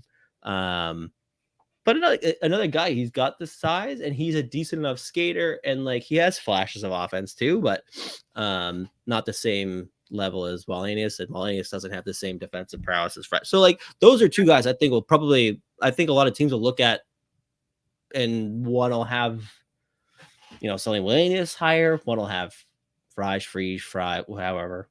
We're gonna like settle on Frisch. That sounds fun. That's better. I like that. I'm going Frisch, but all right, perfect. Love it. Even though like the eyes for whatever. I think it all depends on follow normal rules. Yeah. I think they're very close in terms of how teams will look at them. It just is, are you going to like value the defensive side of the game more in Frisch, or are you going to look at the ceiling with selling Wallenius's offense, take it there, but both very mobile, and probably like a similar range where I could see them both going in the draft. But sure. But Wallenius, they both had phenomenal 5 Nation tournament. Like they both put up big points. I think Sully Wallenius was like 5 points in 4 games, maybe. I think Alphonse. Oh, I'm just gonna go Alphonse. I'm just gonna say his first name, dude. Nah, dude. We're going Waffle Fries. Like, that's beautiful too. But big fan. I'm calling him that. That's what it is. It's done. Oh. Yeah, but I think he was right up 3-4 or 4-4. I can't remember, but they both played great. Fair.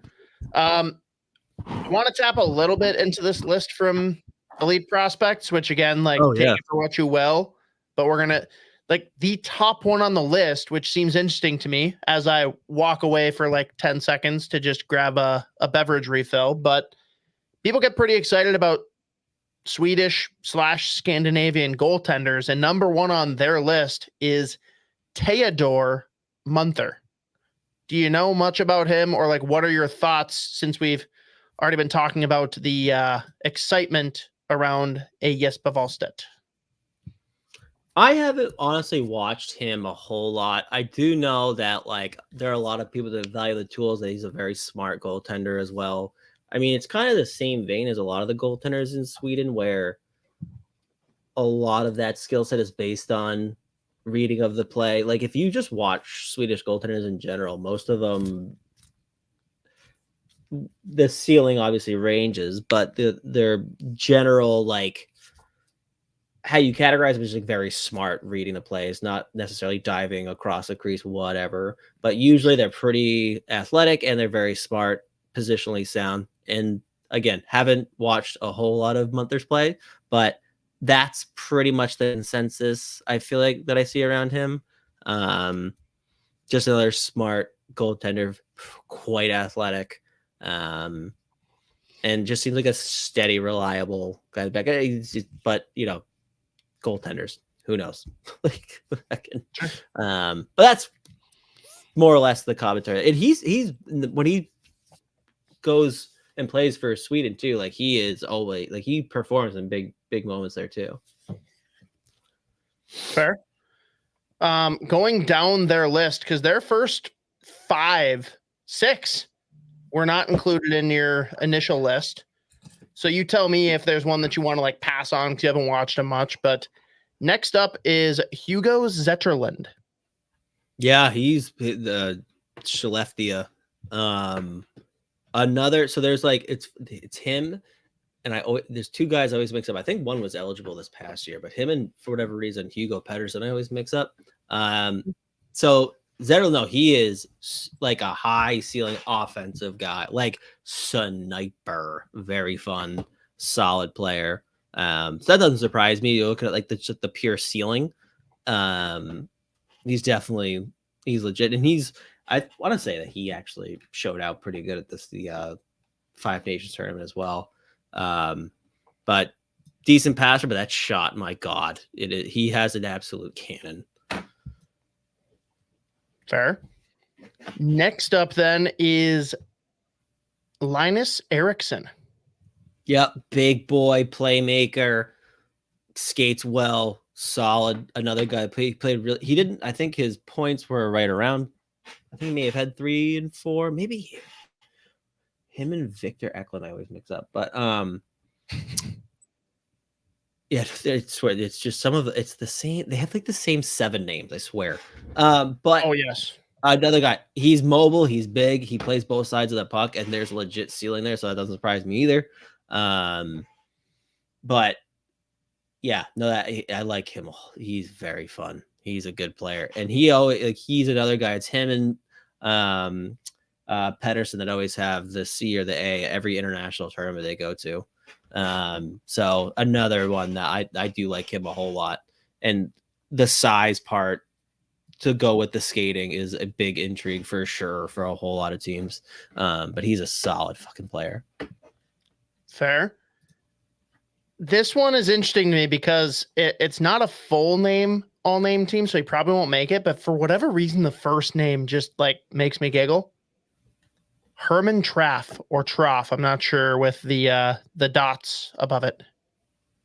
I haven't watched him a whole lot this year, but he's another guy that's tracked for a few years. Like he's had times where he's been thought of very highly. There's other times he's gone like ghost mode or whatever, but I haven't watched his game a whole lot. Okay.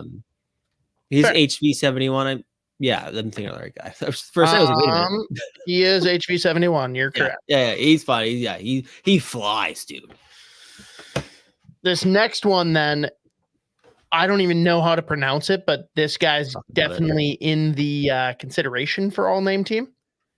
We have Oscar Wallstedt. Well, yeah, he was lighting up on the score sheet last year in the J20. So he's played up every year for however long at this point. A bit undersized. I'd probably give him average to solid skater, but another guy, he's a playmaker. He can score goals himself. Another guy you'd have to throw out there. Defense is a work in progress, but he's always played up and produced, which is just like adds a layer of intrigue there for sure. But like, dude, on the power play, because that's another Skellefteå, he is a Skellefteå player. They've got a couple guys who like that team when they go on the power play. You're like, my God, they'd probably go 137% against Minnesota if they played. But they've got a bunch of just like elite game breakers in terms of just like how they look on the power play. But So he's they're another better one. than He's a solid playmaker. He's such a good passer too, dude. Like so many of his assists are just like a no-look seam pass backdoor tap in. It's unbelievable. He's very fun, so that doesn't surprise me. Fair. Last one I have here, because I mean, there's a couple other ones, but here's one that I know we've talked about before that you excluded from your initial list. So we got to talk about him again.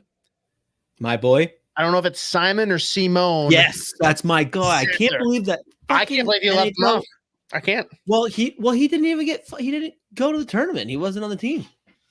But which is crazy to me, dude. So they discount him, and you immediately decided to do the same. That tells me a lot about you as a person. I immediately went to the 5 Nations, but dude. Okay. Part of the reason that I was like, apparently, like the only guy playing in Sweden that has like a good chance to go first round was Brandsteg Nygaard, who is not Swedish. Like I was legitimately shocked that that fucking Central Scouting watch list had him as like a C, because last year as an underager, draft -1, I think he was 1.3 points per game on a team that won the J20. He's 6'3". He's 200 pounds. He plays both sides of the puck. He's a good skater. Check. Dude, he can fucking stick handle in a phone booth, one of those guys. Like, he is unbelievable. Like, he's such a good fucking player. So everything you're saying, how is he not like a shoe-in for first round? That's what I'm trying to figure out, dude. Like, before the season started, like this summer, I was like, this has to be a first round. Is he a ginger? Is he a ginger? No. Well, then, yeah, this doesn't make any sense. Yeah. What the fuck? This is like, maybe they didn't know. The Daywalker. Yeah, but again, I was surprised he wasn't on the 5 Nations game. Maybe he, for all I know, how I pay attention at this point, maybe he, maybe he's injured, and I'm just not paying attention. But God, is he a good player? That Rogla team stinks this year, and he's like, I think he had, up until 2 weeks ago, was leading that whole league in like goals per game or whatever, or like goals per 60, whatever metric you want to use. Like, he scores goals, he makes plays, he plays both sides of the puck, he's big, he's mean, like he kind of just checks all the boxes. So I was I was honestly disgusted when they gave him like a C rating. But then it didn't make sense. With someone like, well, they used last year a lot, and I was like, okay, well, like 16-year-old, like 1.3 points per game on the best team in the J20. At the time that they made the ratings, they didn't have much else to work with, right? Yeah, I guess it's crazy to me though. They'll redo it, and they'll completely shuffle it all. And he's a GM's dream too. That's we know that someone's gonna completely pick all of the short kings. Someone else is gonna pick the giants. Like, I think we've all seen this before between Pronman and Wheeler, right? Yeah, pick. But so for you, because we talked through several guys here, it sounded like originally the guy you were the highest on in this group is the one that's not actually of Swedish origin, and Michael Brandsteg Nygaard. Do you see anyone on this list not being able to surpass him, because like anyone could surpass him, but like, do you see anyone that's likely to? Anyone that you would be like, yeah, if I'm looking at odds, I'm going to throw down money. Who am I betting on? Oh, no. In terms of like these guys in Sweden? Yeah. I was zoning out. I was like making sure that I wasn't fucking like just not paying attention, and Zather was at the fight. I was like, was he there? Because it's crazy. But anyways, no, there's not a chance. There's no chance. Like, there's no chance anyone surpasses him. No. Like, there's a massive gap. So he's flirting with like top 10 at this point. That's the thing. Like, if you look at Brandsteg Nygaard, like, I would imagine most people have him anywhere from 11 to 20. And meanwhile, like, you're trying to find a reason to put another Swede in the first round just to like have another Swedish play. Well, guy playing in Sweden in the first round. I can't even say another Swede because there are none. He is not one of them. Where is he from again? for the people? Definitely not Norway. because I forgot. Yeah, Norway. Not for you. I'm not telling you that he's from Norway, but Good. For everyone else is listening, he's from Norway. I already That is knew not that, Hoppy. but I'm glad that you all know that now. yeah, I was clearing that up for everyone not named Hoppy. Correct. Mhm. Nice. But this yeah, is I fun. like that. No chance.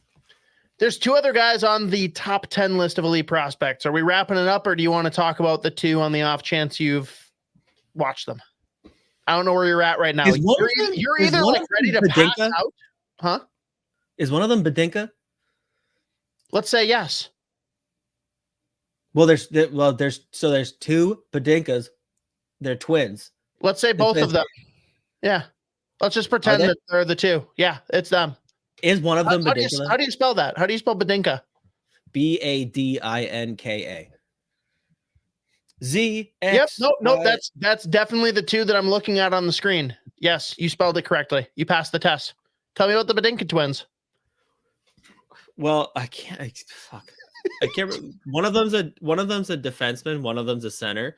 I think Dominic Badinka is the defenseman. He's coming onto the scene strong this year. Like another guy. I think he's 6'2". Probably. Yeah, done first round, top 10 pick. The second you told me about the Russian that's like 6'9", I'm like, done, don't care, move on.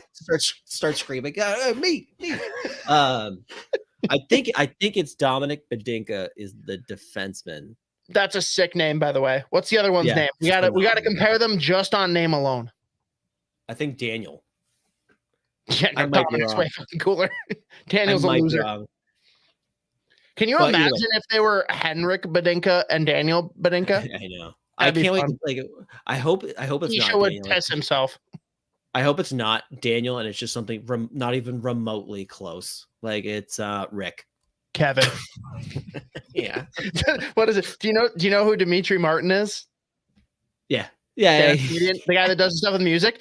And there's one where he like goes to a store. They're like, "Hey, if you need anything, my name is Kathy," or no, Susie, or something like that.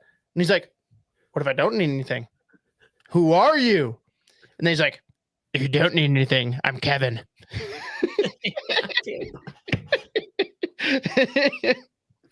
Dimitri Martin. By the way, I was right. Underrated. Very underrated. I was right.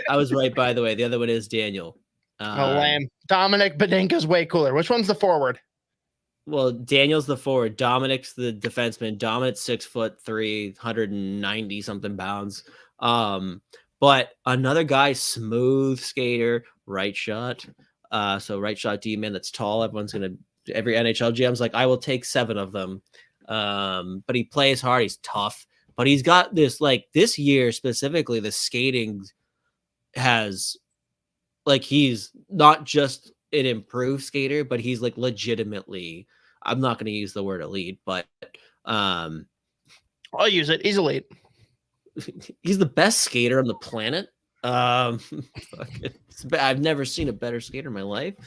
But like he's defensively sound. He's like a very steady presence back there. But at the same time, with this skating and the hands and the side, like he has unlocked this like rush demon offensively. Like he is carrying a whole lot of the play for Malmo from the back end. Where like another guy that we talked about with they're very what now? Did I say you said demon like D-man, but all I heard was demon, DEMON.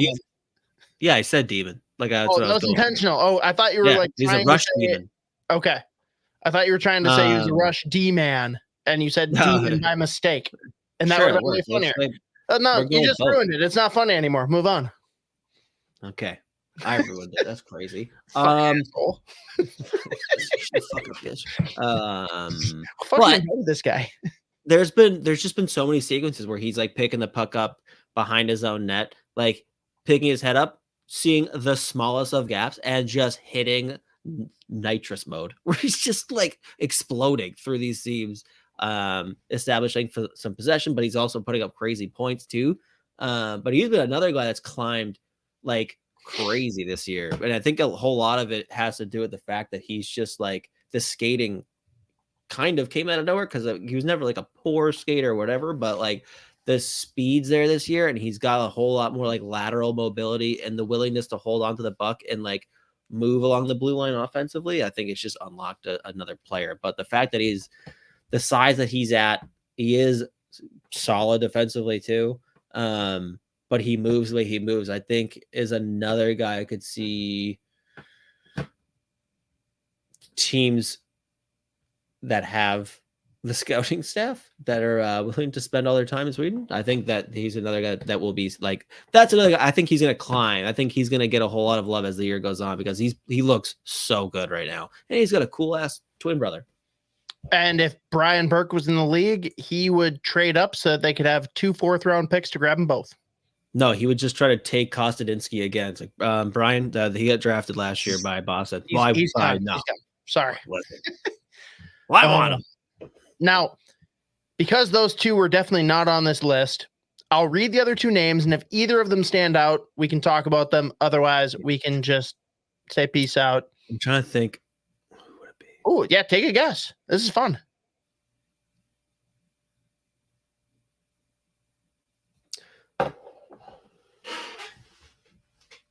It's great because the link is on our shared document, and you could easily just look. I literally walked in the door, turned the computer on, and joined this fucking thing. You found time to get your Carhartt hat on. That was on already because it's actually I can't. Everyone's from Minnesota, so I can't say it's cold here. No, but it's not cold here. Also, what's the temperature? It wasn't cold here. No, what's the actual temperature? Here? Yeah. I don't know why I thought you might be asking what the temperature was where you live, but that'd be weird. It was like I'll be honest. I left. It was like 43 degrees outside. I was like, oh my god, that's it's still hot colder out. that's still colder than us. I left work today and it was like upper 50s. Oh, we love that. Yeah, no, we Not very really. much love that. Yeah. In fact, I'm someone that like we just got permission a couple months ago to wear work appropriate shorts to work. So like not gym shorts, but normal shorts. So like, you know me, like I fucking pounced. And there's been like a week and a half now where it's been very unkosher to wear shorts because of how cold it was. And today I looked at the high and it was like 63. I'm like, today's a shorts day. And then I looked at like Monday was cold. Friday's going to be cold. I'm like, I don't need to get on the CEO's radar. I'm just going to wear jeans and hate myself. But jeans. It's like, all right, I look professional now. They think so. That's the problem. And they are so much less comfortable. They're very restricting. If you play hockey and lacrosse, jeans are not suitable for leg size. It's just not, it's not workable. Yeah. I need shorts. Let them breathe. But you're clearly not going to come up with these 2 names. So wait, I have 3 guys that I'm going to guess. Oh boy, you're going to get them all wrong. One of them is very Swedish. The other one, I would have never guessed was Swedish as far as names are concerned. All right. One of them. Oh God, well that kind of ruins Just it. rapid fire. Give me the 3. Victor Eklund. Where'd it go? Jack Bodine, Carl Sterner. None of those are correct. Do we want to talk about any of those 3? No, I just want to talk about the 2 that are on there. Nice.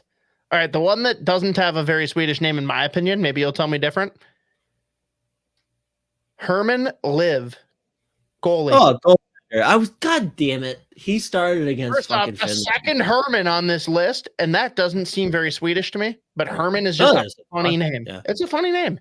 And then it's Liv, L-I-V, like he's like on the Live tour, which is also funny. That means he can wear shorts, and it's not a problem. I already respect him more.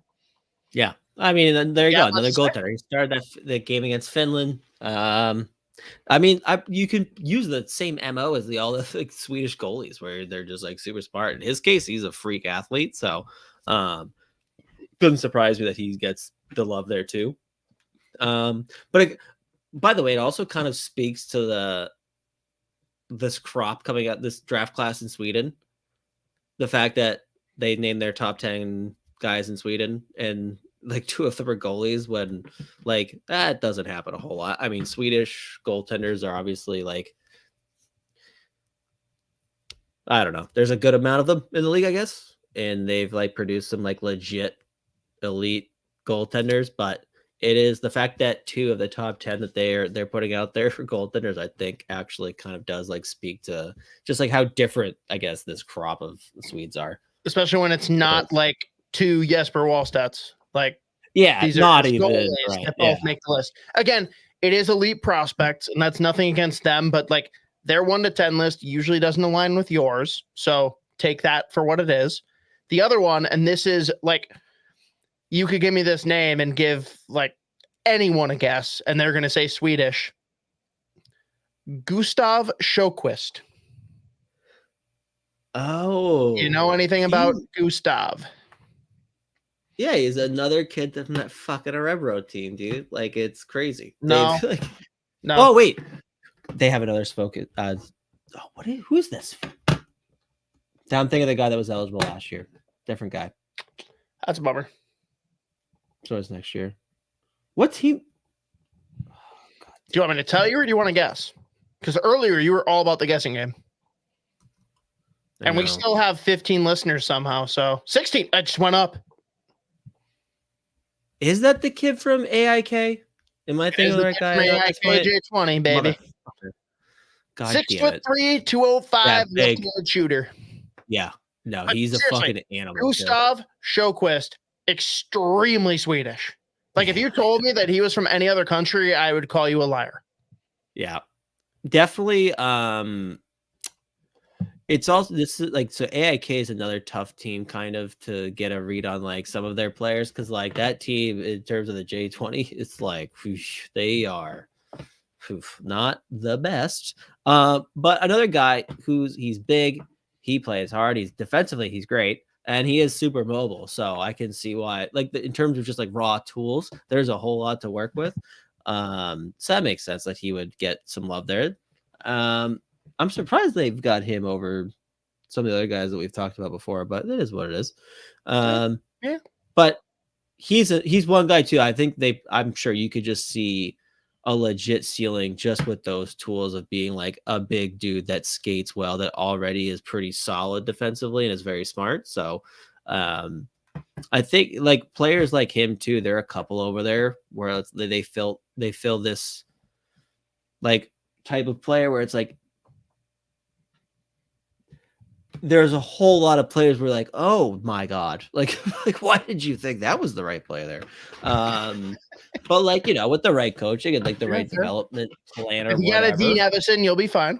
Especially on as long as yeah. As we talked about for an hour earlier, as long as he's getting that system, it'll work out well. But he's got the tools, he's a great skater. So anytime you have like those guys, you can work. So it's like, obviously not the same guy, but like we talked about Salayev, the big fucking 6'7" fucking Russian who is just he only apparently 6'7"? I don't know. I keep on remembering him as being taller, but I believe you. I thought he was 7'4", if I'm being honest. But like Salayev, he's just like, it's crazy because I actually, was it last week that we talked about him again? Because it was like he's not really doing anything differently that he's ever done. We haven't talked about him in a minute. I feel like where was I? I like him. He's fun. I want to see where he lands. He's probably going to Arizona, though, if we're being honest. Oh my God, that'd be electric, dude. That would rule. It's literally gonna be. It's gonna be Cooley. It's gonna be Keller, and it's gonna be a shit ton of Russians, and they're gonna be all the Saudis. It's gonna be live hockey, and we're all here for it. He is in every top 10 other than elite prospects. Yeah, I mean, it's crazy because he's a guy. He's not like, he doesn't have the highest IQ, like hockey IQ. He's dumb. Is he in your top 10? No. Okay. He's close. Just big, like the thing with the big 15? Draw is just the fact. Yeah, he has to be. It's crazy. Like he is an unbelievably mobile 6'7", 250-pound fucking animal who's got like solid hit, like he's offensively great. He's just like he's one that like you just like you could forget about the hockey IQ and like decision making with him when you have an elite skating 6'7", 210-pound animal. Like that's where the scouting gets like the whole process of like scouting, specifically hockey, honestly, becomes interesting. Where it's like there are some guys who are the player that they are because of how smart they are, like, and they think the game really well, and maybe they're not like the greatest skater in the world, or they don't have the craziest hands, or not the best. Like their brain really does set them, like put them at a whole other tier.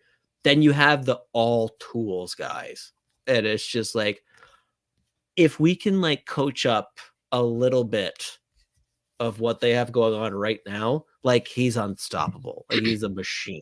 So once Mike Sullivan is the head coach of the Minnesota Wild, you should absolutely be drafting Silyev. Yeah, dude, he's legitimately fascinating to watch. He's like that guy he's taller than the glass. This is crazy. And he is the best skater on the ice. This is insane. Sounds like a problem. Dude, he skates backwards like a poor man's Jonas Brodin because no one comes close to skating backwards like Jonas Brodin. Well, pre-Dumba. People can shit on his play this year all they want, but I bet he's still fucking clocking it about 68 miles an hour backwards. I don't even know if that's good or not. Like, I have no frame of reference for what a good skating speed is. As far as like an actual number, miles per hour. Well, I don't think anyone on planet Earth could possibly skate 68 miles an hour. No, but I don't know how unreasonable it is. Like, what he's is flying right around skating speed? He's right around highway speed. That's about he's just fucking flying. Can you imagine? You're driving down the highway in Minnesota with icy roads, and there's Jonas Brodin just cruising past you in the passing lane, going backwards on his skates. Just beautiful. FaceTiming Matt Dumba. Yes, that's exactly it. FaceTime Matt Dumba while he keeps on hitting ignore on Brock Faber trying to FaceTime him. Yeah. God damn, how did we end this on Jonas Brodin? I love it. It's not hard. It's pretty easy to do. Oh, okay. It's easy. Got it. I pay to watch him bag skate. I've always said this. But is he at the top of your bag skate list? Like, he can't even be top 10 for you, I bet. As far as bag skate. We're not saying backwards bag skate, bag skate. Well, yeah, I could probably throw like 30 of the worst skaters of all time. No. We could easily do that, and it'd be funny. I'm saying if you wanted to see like the most prolific bag skate ever, I'm not saying that he's not in the discussion. I'm just saying he's probably not in your top 10.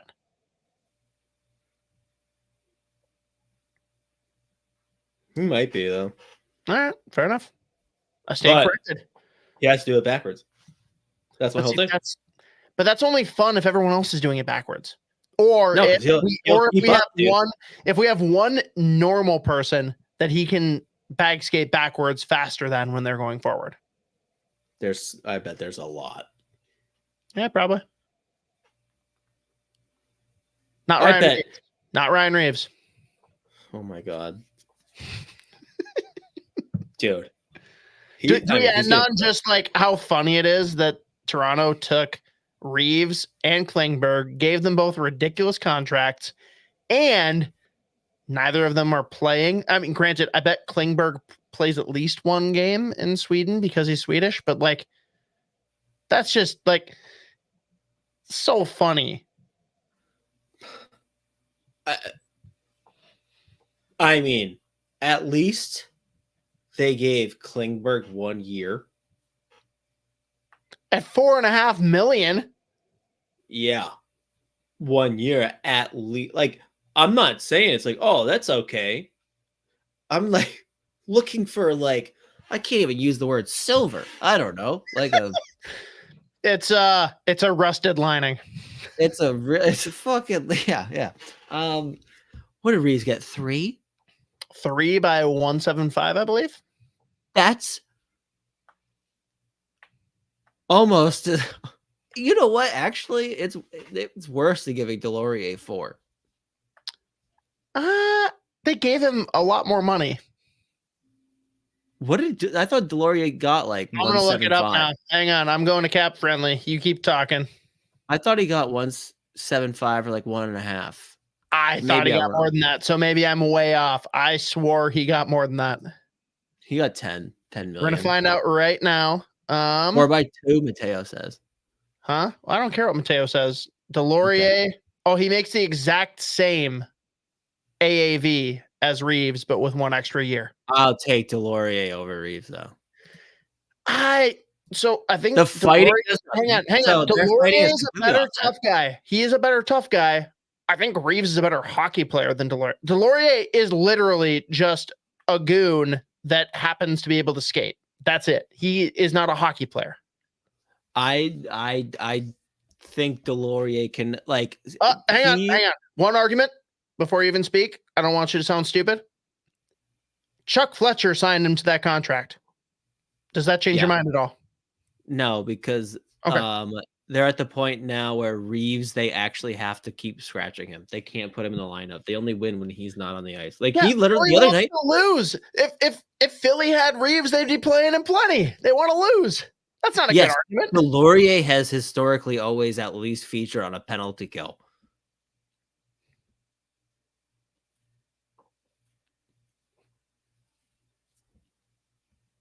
I am taking Delorier, and also like if you want to throw the fighting thing in, because both are bad.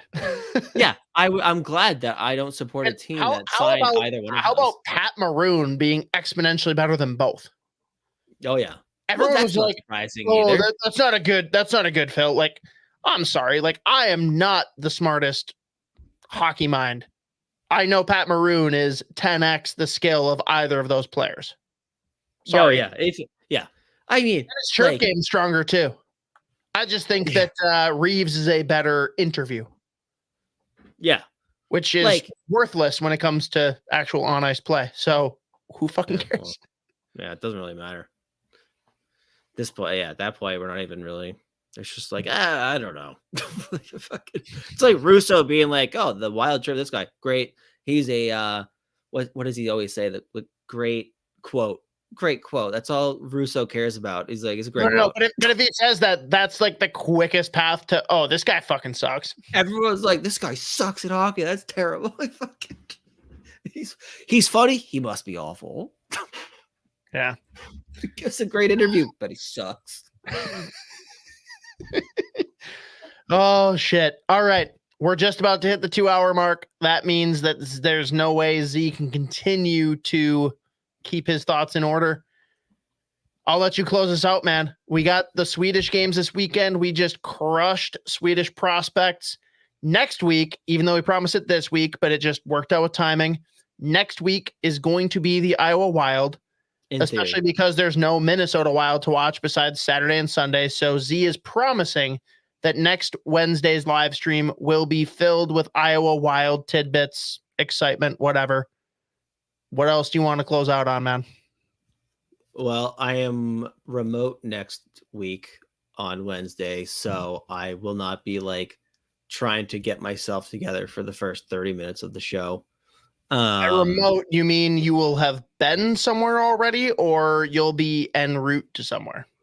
I am working right here where I am sitting right now. Oh, you are working remote? Yes. Sorry, you said you are remote, and that meant to me traveling for the holidays because next week is Thanksgiving. No, I'm working remote. I'm at the point now where like the 90% of the people I actually like communicate with are just like coworkers. I'm like, yeah, I'm remote. And they're like, what? Everyone's like, communicate with like 10 people tops on the regular. Me, first lady, coworkers 1 through 8. Done. Yeah, pretty much, basically. So. Okay. I won't be like getting myself together, trying to remember what my name is for the first 30 minutes. Well, I might still be doing that, but like the first 30 minutes won't be me like gathering myself.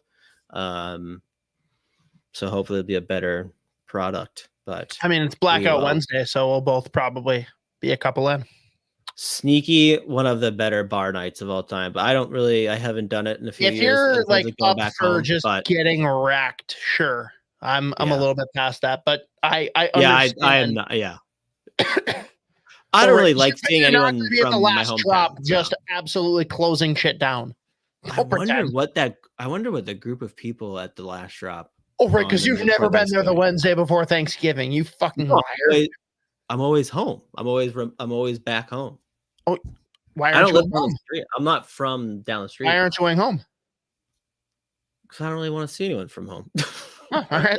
Good I'm at answer. the point where I'm like, I don't really miss anybody. No, hey, that's a good enough If reason. I want to go hang out with someone, I'll just text someone. Shout out Mike Owen, giving us congrats on 800 subscribers on here. Please, please, please. I don't care if it's you. I don't care if it's your friends. I don't care if you have to go into your mom's or your dad's phones and just hit the subscribe button. Once we hit 1,000, things will kick off in a completely different way. Plus, it just helps us that we'll make money when right now we are just giving you all of Spoke Z's delusional, barely awake thoughts for free. We deserve money for that. So please help us get to 1,000. We appreciate it. Everyone else deserves money for listening, actually. To be honest. Unfortunately, we can't pay you guys for listening until we make money. I should have to give everyone money. I should be like, sorry about that. You won't get those couple hours back. They don't know what Boston money is, though. Like, they're going to be really disappointed. They're going to get quarterly 1 Miller Lite. That's basically the equivalent. Which, for all of you, you're better off just going and buying your own beer because Miller Lite is piss. We've talked about it so many times, dude. I can't. Never been tempted to buy it. No, it's so bad. I don't like it at all. I feel bad. I feel bad. Like, so I was out on Lake Minnetonka. Love them. We went to a lakeside bar, and I met up with my now wife, who I think I was dating at the time, and other college friends of ours, but they were mostly like her lady friends. And one of them walks up and hands me a Miller Lite, and I'm like, thanks. I knew I didn't. And I gave it to someone else, and she definitely saw it and asked my wife about it. And she's like, "Oh yeah, like it's not that he doesn't want to accept your beer; it's that he thinks Miller Lite is absolute piss." She's like, "Oh, so he doesn't like light beer?" And she's like, "No, it's not light beer. He hates Miller Lite specifically." No, he's a big fan. He has. Give him 3 more. See what happens. Someone would argue he has too many. He does like the light beer. He does often drink them. Some would say too often. I like light beers. You gave him the one. I do like light beers. That is the one bugaboo. You're just like, oh, Bud Light, meh. Like I won't say no to it, but I won't pick it. But if we when you pick up, you're like, all right. No, dude. Splats are winners. Labatt Blue Light, great. Bush Light, Bush is great. McGolden Light is solid, but it's like, please bring back ribbed cans. I'm disappointed in you guys for getting rid of them in the first place. And then if we're gonna do Ode to Canada, Kokanee is delightful. Outside of that, those are kind of my light beers. I'll drink any other light beer. If you give me a Coors, though, I'm going to ask for a pickle spear because that is the way to do it. Put a pickle spear in there. Tell me it's not better. I don't have one, so I can't do this. I figured. What if I also was like, okay, and just had one ready? I probably would have peed myself. Someone's going to do it. All right, we should let the people go. Good Lord. No. Martin's gay for robots. I get it. Fuck on. See you next week, motherfuckers. I'm not laughing. No, he'll never laugh. Shaka shooms. Fuck off. Still not laughing.